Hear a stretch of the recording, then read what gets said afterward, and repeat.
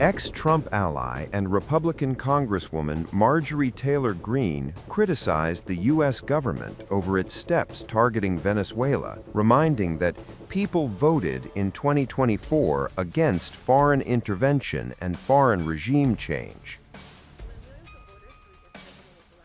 In a post on X, Taylor Greene highlighted Venezuelan opposition leader Maria Corona Machado's ties with Israel, comparing her left-leaning stances on abortion and LGBTQ issues to President Nicolas Maduro's more conservative ones. Taylor Greene also stressed Maduro's opposition to Zionism, claiming that most Americans I talk to are not buying that this is really about drugs and sanctioned oil tankers, and it's not about social issues. She wrote, quote, "Here are some interesting facts about Venezuela that are easily searchable. Venezuela is a predominantly Catholic country with very strong laws against abortion, with the exception being the life of the mother. Maduro has been critical of Israel, calling it a genocide in Gaza and against Zionism.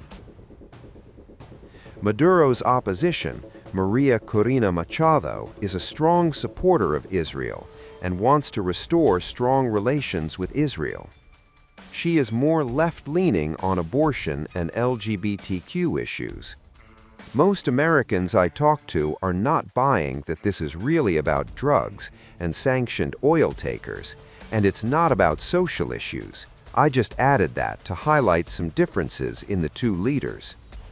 People voted in 2024 against foreign intervention and foreign regime change, as we have seen far too many times how that's turned out. It's not good, and people are so sick of it." The masks have finally fallen off. It's no longer about drug trafficking or the Tren de Aragua or the Cartel de los Soles. The mask has finally fallen. All they truly want is to be the absolute owners of our oil and our nation's immense wealth. We truly do not want any kind of war. We are a people, a nation that desires peace. And the vast reserves of oil in the land itself are the rightful heritage of the Venezuelan people. They are not, under any circumstances, for the people of Donald Trump, nor for any single president who already possesses every conceivable thing and yet still relentlessly craves more. Respect us, for we are a free people, a people with rights, a people who respects international law. It is unacceptable. Venezuela erupts over U.S. President Donald Trump's latest claim of taking back Venezuelan land and oil rights. Thousands gathered in Caracas, accusing Washington of trying to seize control of the nation's resources. During the demonstrations, protesters waved placards reading, "We are not anyone's colony," and another declaring, "If you mess with Maduro, you mess with all Venezuelan women." Speaking at a ceremony marking the 195th anniversary of independence hero Simón Bolívar, Caracas Mayor Carmen Melendez condemned the U.S., saying Washington's actions are a direct attempt to dominate Venezuela's oil wealth. Melendez said the true motive behind U.S. pressure has now been exposed.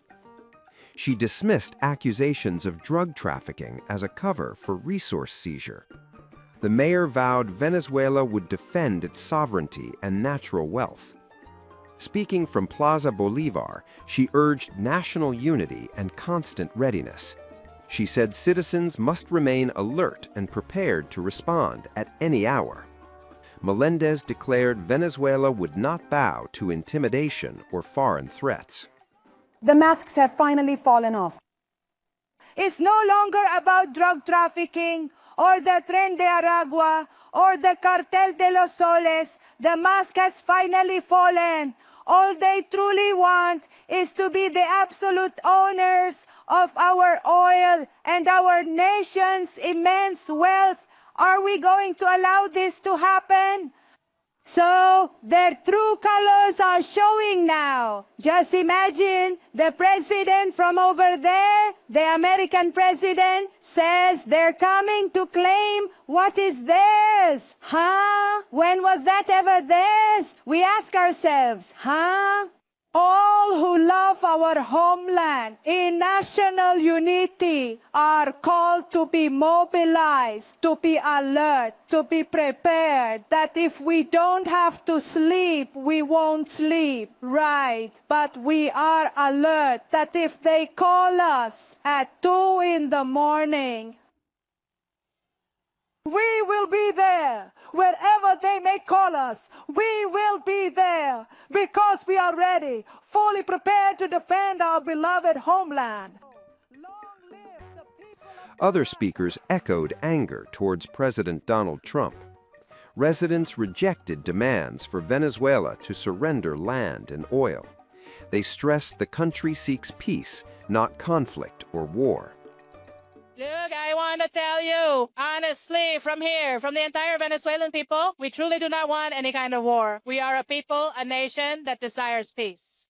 And the vast reserves of oil and the land itself are the rightful heritage of the Venezuelan people. They are not, under any circumstances, for the people of Donald Trump, nor for any single president who already possesses every conceivable thing and yet still relentlessly craves more, purely out of an insatiable lust for power. We are a free and sovereign nation, and the lands of Venezuela belong to us, and the oil too. Donald Trump, long live our homeland, Venezuela, and we will defend it tooth and nail.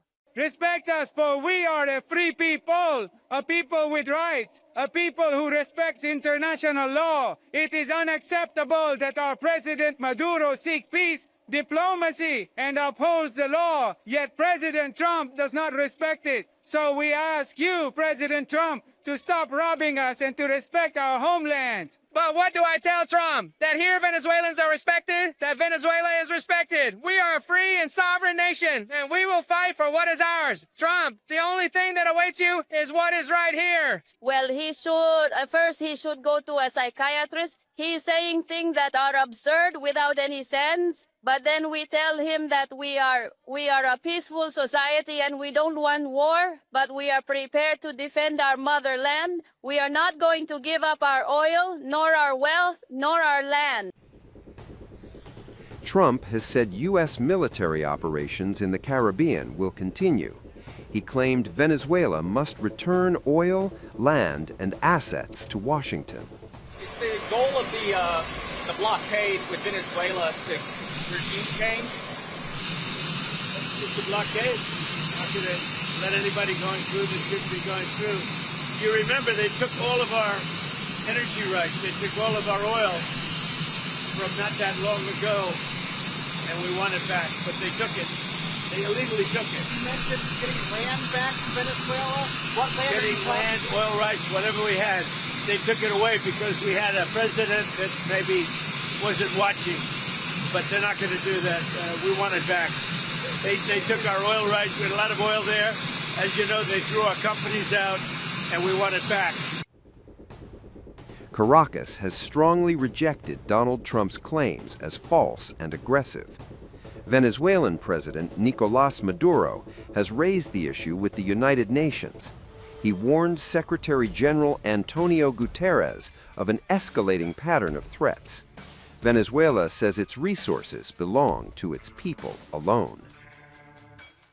We are standing firmly on our own land. We are exercising our legitimate and undeniable right. And we are resolutely defending the most sacred and fundamental asset any country possesses, the inherent right to a prosperous future for its children, for its young boys and girls, for all its families, and for its entire nation.